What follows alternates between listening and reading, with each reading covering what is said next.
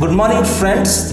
Today is the seventh day. We are having with a candidate. She is Preeti. She is one of our students here in Meridian overseas. Myself, Umesh Prasad Singh, teaching here in Meridian overseas. The students preparing for Ielts.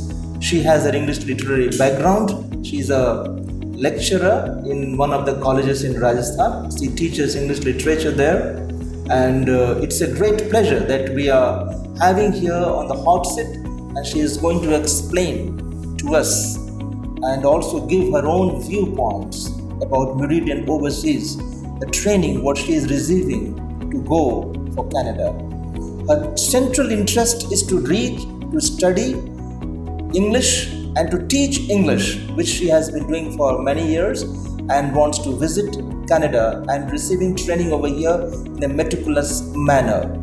So as a student myself in the domain of English literature, it's really a proud privilege to introduce her in today's session, where she is going to share some of her views on IELTS, the way she is preparing to go to abroad, and now she will try to say something, try to speak and give you some suggestions, an ideation about the preparation, which is very, very much essential. In this connectivity, I am reminded of Tradition and Individual Talent by T.S. Eliot, and also I am reminded of one of the very famous books, Wuthering Heights by Emily Bronte. These are all literary textbooks which has a great inclination to understand literature, language and criticism with respect to knowledge, equivocation to other countries. So she will now give some tips to the students who are facing IELTS examinations everywhere throughout the country and also at the level of cosmopolitanism. So her exposition will be very meticulous for students appearing for literary exams, and also to students who are trying to crack this examination in the form of suggestions. She is going to speak in the form of suggestion, insinuations, and also certain tips which she herself in the classroom is trying to imbibe and focus to the students at large. So with this brief introduction about herself, I will now request her to speak on the experience what she is receiving here in Meridian overseas in nutshell. Now, in what way you are preparing for your listening task in IELTS? Yeah, firstly, sir, I would like to thank you for giving me an opportunity to discuss about this topic. Actually, IELTS is a field where we think that we should be very careful about our 4 modules there are. That is listening, reading, writing and speaking also. So people don't have generally problem in their speaking because they can because nowadays people are just about to think and listening, they are used to it, and the problem increases with the listening and reading part.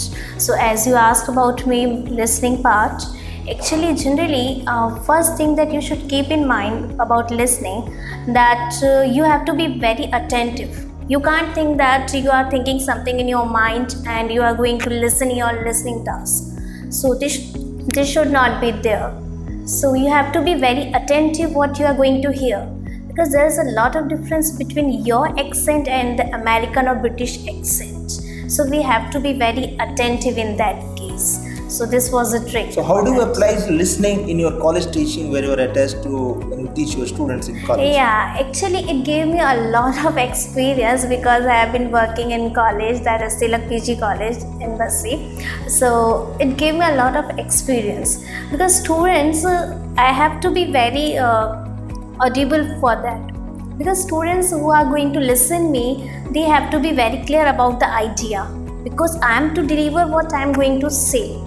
So this is the thing, when I am going to speak something, I think that it should be audible to them who are listening. So as I do with my listening session, I think that I should be very clear about that what I am going to hear, and I have to get the idea what I am supposed to get. Can you suggest some points to the listeners over there, the viewers, that as to how they can improve their listening quality. Just give some suggestions. Yeah. Actually, because we live in India where English listening is not so good because we don't have in our day-to-day life listening tasks. So one thing that we can do on ourselves that we can listen music that is English. We can see some movies, we can see Hollywood movies with English, but we should keep in mind one thing that whenever we are going to watch any Hollywood movie, we should not use the subtitles that are there because sometimes we use subtitles. So we should not see that subtitles because if we will see those subtitles, we will not pay attention to the listening. So this is a thing that we can do. So as a college teacher, just tell something about speaking, that there are many brilliant students. They are knowledgeable, but they can't speak fluently. So how do you like to suggest and give your opinion about this, that speaking can be developed by following certain modules? The modules which we are following here in Meridian overseas, just share with your viewers. Yeah, actually, in my college also, I also face this thing that students who want to speak English but they are not fluent. They don't get fluency in their sentences. And as ma'am told me and suggested me that the main problem is that we should try to skip translation. This is a main important tip given by sir, that we should try to skip translation. We can't say everything by translating. If we have something in our mind, so we have to be very constant what we are saying. That is called fluency. If there is a combination of what we are thinking and what we are speaking without any gap, that is called fluency. So this really matters in our speaking. There is always a very criticality of this examination, that students, they face hesitation while speaking. Yeah. How to remove this hesitation? Just cite one or two tips so that students really feel confident enough to face any kind of interview. Yeah. So just firstly, I would like to say that speak as much as you can, because no one is going to hear you that you are right or wrong. Firstly, try to speak aloud. Then we will talk about the mistakes. But first we have to think about our confidence level. Because if we are thinking, no, I'm going to use wrong sentence, if firstly we will think about that, then we will get engaged in that particular thing. So we have to first be fluent in that case. We should start speaking as in front of mirror, we can do this, or in a room we can do these things. So this is the thing I should say. can you tell one thing? This is also very common type of a question, that people have the notion that by knowing grammar one can speak fluently. What do you say? Yeah, for that I had an example. I have an example for that. You can see rickshaw pullers in Jaipur also, because we live in Jaipur. You can see rickshaw pullers. They don't even have any educational qualification for that. Even they can speak so fluent. So this is the thing, that not with the help of grammar, it is not compulsory that you can always speak good English. Although it helps in your speaking, but it is not compulsory. Because students who are in Australia or Britain, America, children, they are speaking English. Yeah.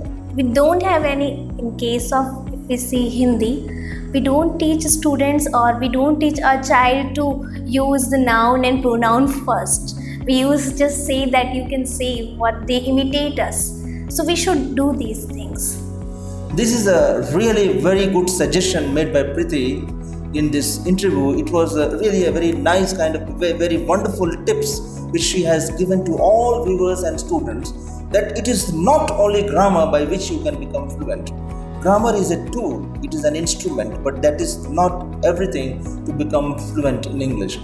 As he said rightly, that we need to inculcate a sort of environment, and also we must have a sense of affinity and attraction towards developing our innermost skill of writing, speaking and listening. These things comes only when we are constantly in a habit of speaking. It is the habit which is the second nature of man, and the concept of habit in English literature comes within the flow of Francis Bacon when he speaks about writing makes a man full and listening is an art which comes under the influence of understanding literary perceptions and also linguistic perceptions. So it is an art of speaking and listening which comes automatically. So grammar is a tool, but it is not everything by which you can speak English fluently. There are many students, they have certain notions about grammatical rules, but they can't speak. So my advice to the students,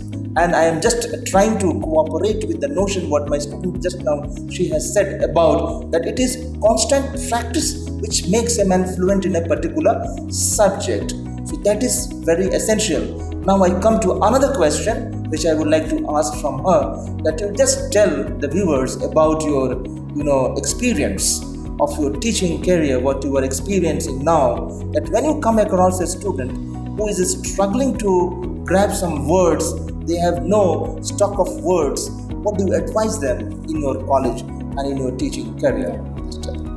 Actually, nowadays people are getting these problems constantly because the problem is that we have read our books, because in earlier classes we have read so many books but only for pass the examination. We don't want to read the books because we want to have that in our future.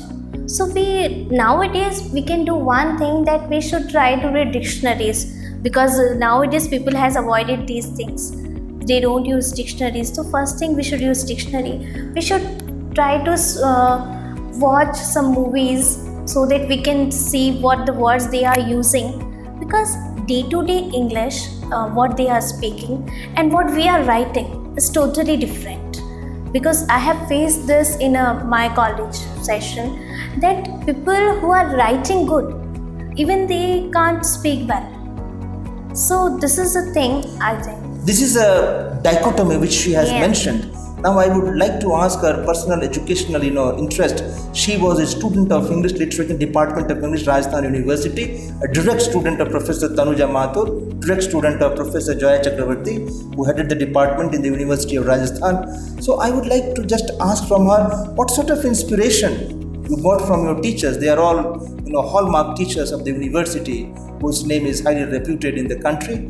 So just cite that in what way you got inspiration from your teacher. And this is a question related to all university students of Rajasthan, especially reading English literature in the department. She is now going to share one or two just examples in which way she was inspired by her mentor in the university. Well, I got an opportunity to get admission in Department of English, which is a very reputed organization in India. And I got so many lecturers there, so many professors were there who really influenced me. As I mentioned, Tanuja ma'am was there, and at that time ma'am Joya ma'am used to be head of the department that time, and I really influenced by both of them, and especially with Zoya ma'am, because she used to teach us pronunciation and phonetics, and we really love the way she talks, because she really talks about just the Britishers talk,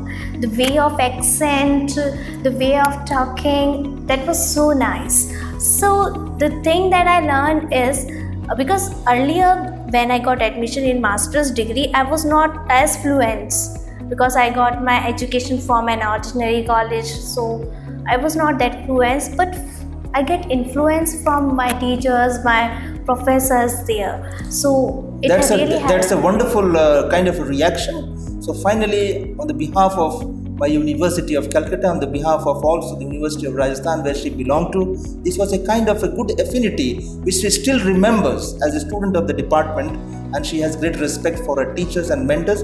And as you just now heard, that she was inspired by Professor Jaya Chakravarti, Professor Tanuja Mathur in this direction, and today she is now preparing for IELTS. So this is a great inspiration for the students of Rajasthan University Department of English, that you can also come up to the Meridian overseas and fulfill your dreams and get inspired by your teachers.